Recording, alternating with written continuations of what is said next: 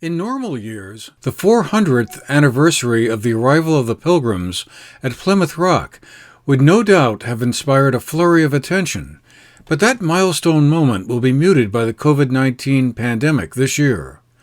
The surviving Pilgrims held the first Thanksgiving feast the following year, in 1621, so perhaps there is still time for a celebration of that anniversary next year.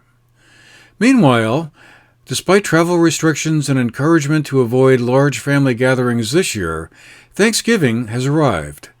Being a food-centric holiday, it's worth noting how several charitable organizations, locally and statewide, are stepping up to offer help to families who may be struggling their way through the year, and now the holiday. Food insecurity was a big issue in the early months of the COVID-19 pandemic, and for many, that's still the case. The Vermont Food Bank estimates that food insecurity has increased by more than 40% in Vermont during the pandemic. We spoke with Bill Bryan of the Arlington Food Shelf to learn about what they are doing. The last time you were here, we were pretty well doing curbside pickup. We're now back to doing one person or one family at a time coming into the food shelf. But today this is our early pickup for the Thanksgiving dinner. And I don't know if you can look around, but we kind of have it set up to build more bags and more baskets. But what everybody gets today is a complete turkey dinner. They have to cook it themselves, so they get probably a 12-pound turkey, stuffing, vegetables, gravy, pies, so right from soup to nuts. This is made possible mostly in part for the generous donations from the employees and staff at Mac Molding. They started this effort probably 10 years ago. They get cranberry sauce, fruit, mixed vegetables, green beans, stuffing, gravy, everything to go with the dinner. We also touched base with Tammy Mosier of the Stratton Foundation to learn about their efforts to help families obtain needed food. No, in March when it first hit, I think there was a little bit of a panic where everybody was rushing to the food pantries and everything, and then the stimulus checks started coming and there was a decline and now we're seeing a spike again. So back when, I'll start right when the schools shut down,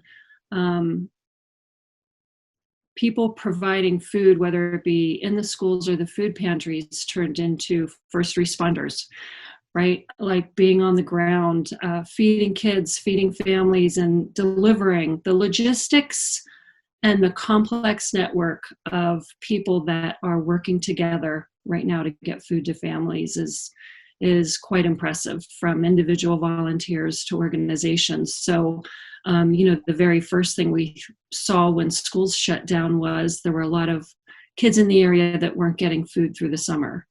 So we launched a summer food program in partnership with Stratton, and we delivered 20,000 meals through the summer, working with 5 volunteers at one school and 10 volunteers at another school, trying to get out to some of the remote areas. But, now that school's back in session, you have moms who are needing to be home with the children because there's hybrid learning, and you have dad that's lost a job. So we're actually seeing, and UVM actually reported an increase of now it's 1 in every 4 family is food insecure, and a spike in need for food pantries and access.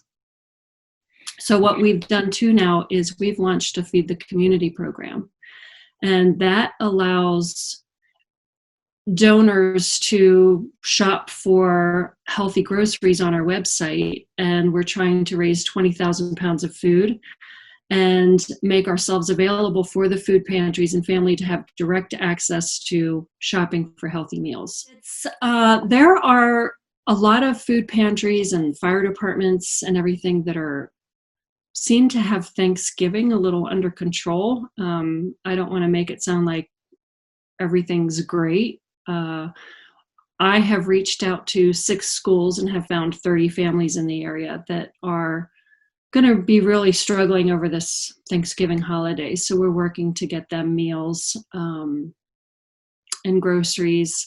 But I think even a greater concern is going to be coming into the Christmas holiday when kids are home for a longer break and the schools aren't going to be delivering meals during that time.